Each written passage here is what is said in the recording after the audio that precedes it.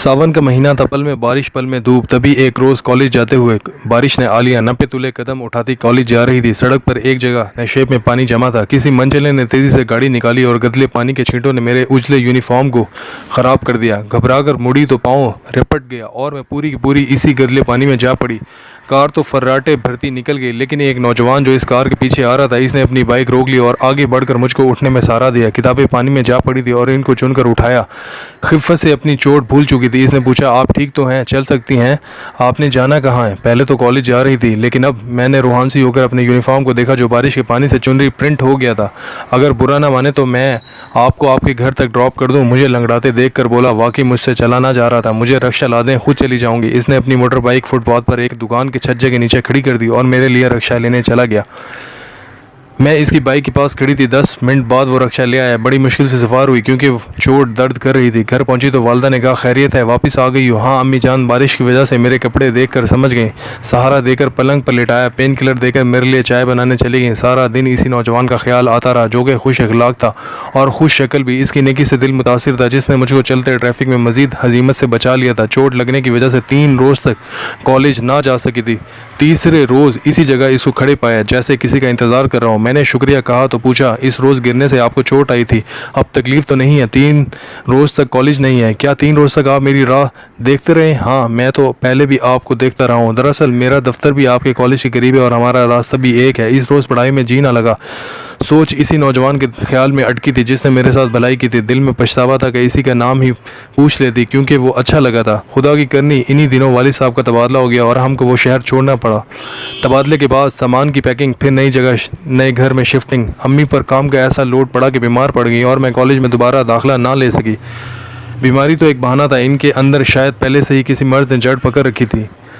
जो ही काम का बोझ पड़ा, मर्ज जाहिर हुआ और रफ्ता रफ्ता बिलाखिर वो एक रोज़ हमसे मुंह मोड़ गई। हम पर क़यामत टूट पड़ी। जीना और सांस लेना भी इनके बिना मुहाल लगने लगा। अब कॉलेज कैसे जा सकती थी? फौरी तौर पर घर से भागना था। छोटे दोनों बहन भाई स्कूल जाते थे। जब कभी फुर्सत मिलती इसी नौजवान का ख्याल आ जाता जो बारिश वाले दिन मेरे लिए रक्षा लाया था। दिल में कसक सी होती थी। सोचती थी कि ए काश एक बार फिर मिलूँ, इसका नाम पूछ लूँ। मगर हम तो वो शहर ही छोड़ आए थे, लिहाजा दोबारा इससे मिल सकी और ना ही राब्ता हो पाया, क्योंकि मेरे पास इसका पता ना था। अम्मी की वफ़ात को 3 बरस गुजर चुके थे। छोटी बहन ने मैट्रिक कर लिया तो अब्बू को मेरी शादी की फ़िक्र हो गई। कुछ रिश्ते आए भी, लेकिन इनको पसंद ना आए। एक रोज़ खाला लाहौर से पिंडी आई। इन्होंने एक रिश्ता वालिद साहब को बताया कि लड़का बैरून मुल्क काम करता है। लड़की का निकाह टेलीफोन पर कबूल हो तो ये रिश्ता बहुत अच्छा है। ये हमारे खालू के रिश्तेदार थे, तभी खाला ने इस रिश्ते की ज़मानत दी थी।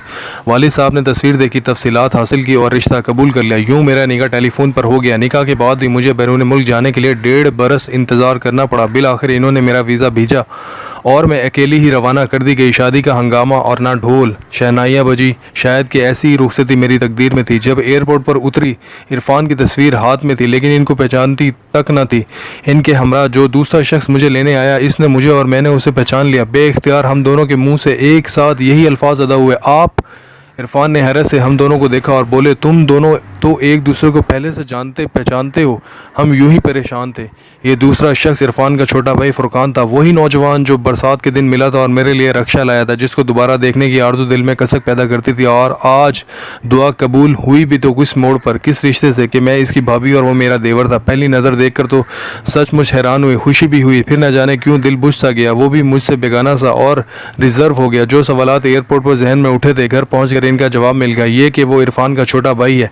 एफएससी के बाद पढ़ाई छोड़कर कोई डिप्लोमा किया और फिर इरफान साहब ने इसको अपने पास बुलवा लिया। अब वो बड़े भाई के साथ रहता था। देवर के रिश्ते को मानते हुए मैंने इसी वक्त माजी की आरज़ू को अपने सीने में दफन करने का तहिया कर लिया, क्योंकि अब मैं इरफान की मनकूहा थी। लेकिन पहले ही दिन मेरे ऐद करने के बावजूद शौहर के दिल में शक पड़ गया कि हम दोनों कैसे एक दूसरे को जानते हैं। तब हमने बात बना दी। इनका दिल मुतमिन ना कर सकी। अगरचा फुरकान ने इस रोज़ के बाद से बिला ज़रूरत कलाम तर्क कर दिया। मुझसे कतराने लगा, लेकिन मेरे सरताज के दिल के वसवसे ना गए और वो चुप चुप से रहने लगे। आखिर एक दिन इन्होंने पूछ लिया कि तुम शादी से पहले किसी से प्यार तो ना करती थी, किसी से मिलती तो ना थी? मैंने कहा, हरगिज़ नहीं। सोचा कि शायद फुरकान ने अपने भाई को मेरे बारे में कुछ बता दिया। तभी मैंने भी इनको मुतमईन करने की खातिर बता दिया कि एक रोज़ जब सुबह सवेरे कॉलेज जाने को घर से चली थी, अचानक बरसात होने लगी और सड़क पर एक जगह नशे में कुछ पानी जमा हो गया। इधर से गुजरते हुए एक कार ने टक्कर मारने की कोशिश की और मैं गिर गई। चोट तो मामूली आई, मगर इस वक्त कीचड़ में गिर जाने से भीग गई थी। एक नौजवान ने रिक्शा ला कर दिया और मैं घर वापस चली गई। वो नौजवान तुम्हारा भाई फुरकान था। वो बोले, अगर ऐसी बात थी तो पहले ही रोज़ तुमने मुझे ये सारा किस्सा क्यों ना सुनाया और बात को गोलमोल कर गई, इसलिए कि आप मज़ीद शक ना करें। बात इससे ज़्यादा कुछ भी नहीं है। क्या तुम लोग दोबारा कभी ना मिले? मैंने कहा, नहीं। कसम खाओ। मेरे सर पर हाथ रखकर कसम खाओ। तभी मैं हिचकिचाई तो इन्होंने इस बात का और गलत मतलब ले लिया। इनका दिल घट गया मगर खामोश हो गए, जैसे किसी मसलियत से काम ले रहे हो। अब इनका रवैया मेरे साथ सर्द मोहरी और बेदिली का सा रहने लगा। ये बहुत तकलीफ़ देती थी। चाहती थी कि किसी तरह इनका दिल मेरी तरफ से साफ़ हो जाए, क्योंकि मेरा फुरकान के साथ कोई ऐसा मामला ना रहा था कि किसी को एतराज़ होता। हकीकतन बस 2-4 बार रास्ते में मिले थे और कुछ ख़ास बात न थी। मुझे तो इसका नाम तक मालूम ना था। किसी बुराई में पड़ना तो दूर की बात थी।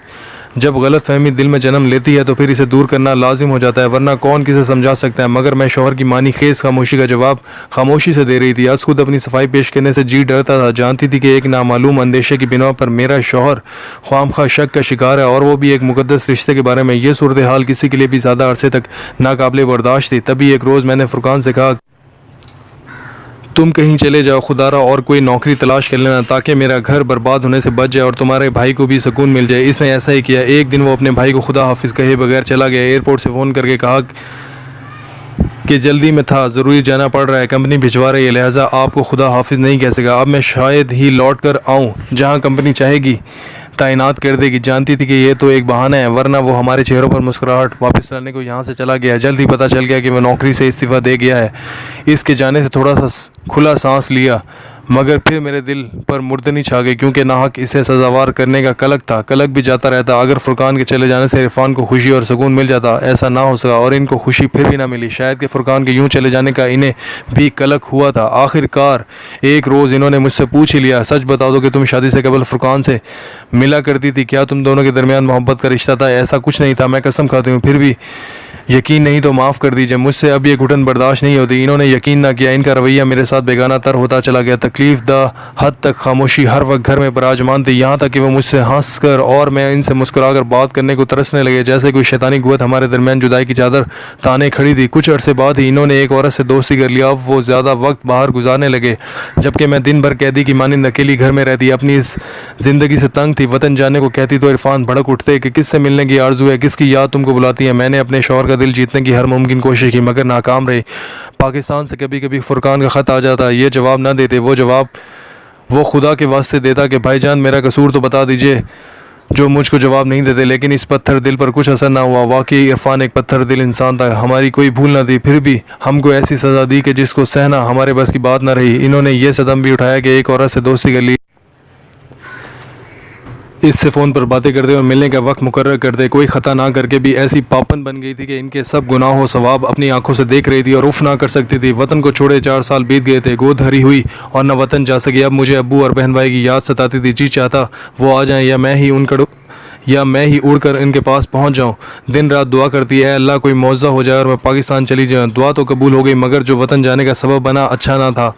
रज़ाए इलाही से हमारी सास का इंतकाल हो गया। अब तो वतन जाना ही था। इरफान ने फौरी छुट्टी ली और हम पाकिस्तान आ गए। मेरे अबू भी फौतगी पर आए, एक रोज़ रह कर चले गए। 15 दिन बाद दोबारा आए ताज़ियत करने के बहाने, और इरफान से कहा कि जब से हमने अपनी बेटी तुम्हारे साथ ब्याही है, इसको दोबारा मैके आना नसीब नहीं हुआ। आज इसे ले जाना चाहता हूँ ताकि फ़िल्ज़ा चंद रोज़ मेरे पास भी रह ले, भाई बहन और भाई से मिले। अम्मी का 40वां अभी नहीं हुआ है और ये हमारे घर से जा रही है।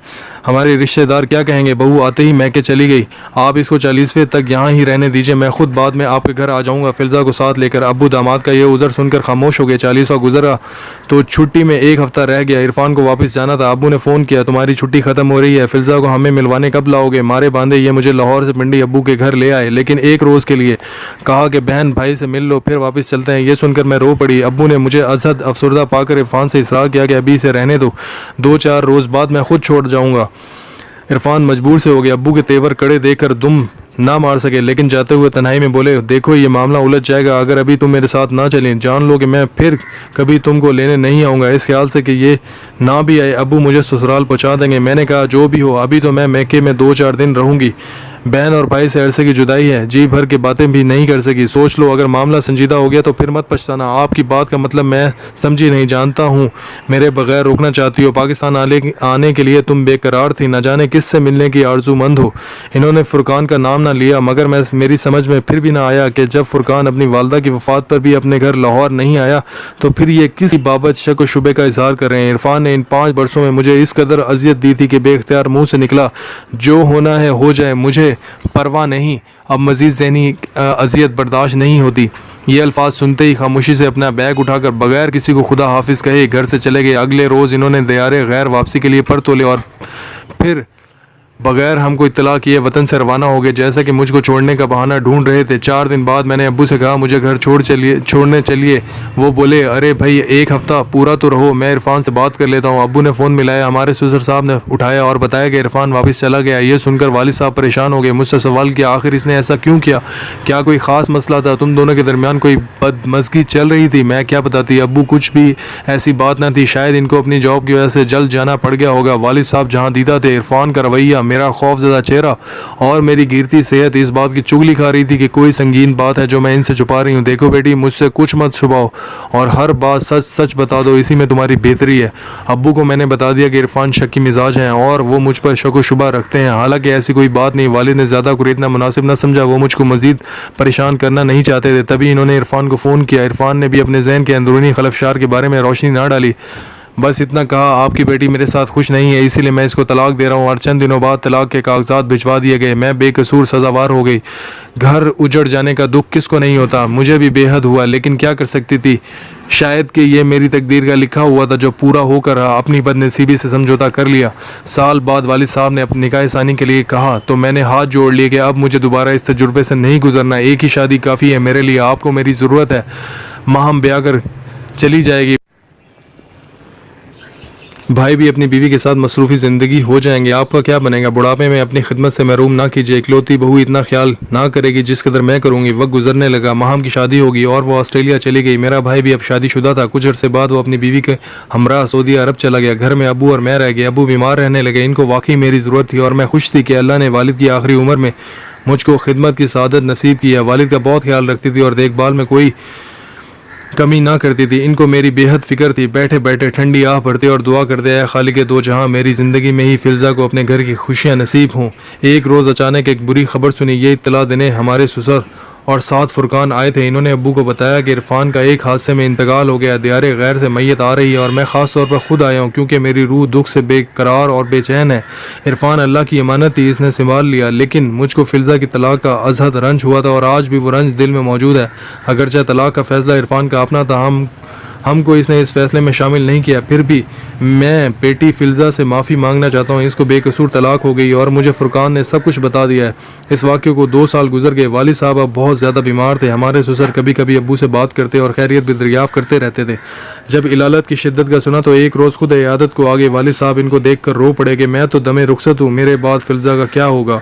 ससुर साहब ने इनका हाथ अपने हाथ में लेकर तसल्ली दी और कहा अगर मुझ पर भरोसा और फुरकान पर एतमाद करो तो फिल्ज़ा का एक बार फिर हाथ मांगता हूँ। इरफान ने गलती की और अब वो इस दुनिया में भी नहीं है। फिल्ज़ा को बेटी बनाया था, आज भी ये मेरी बेटी ही है।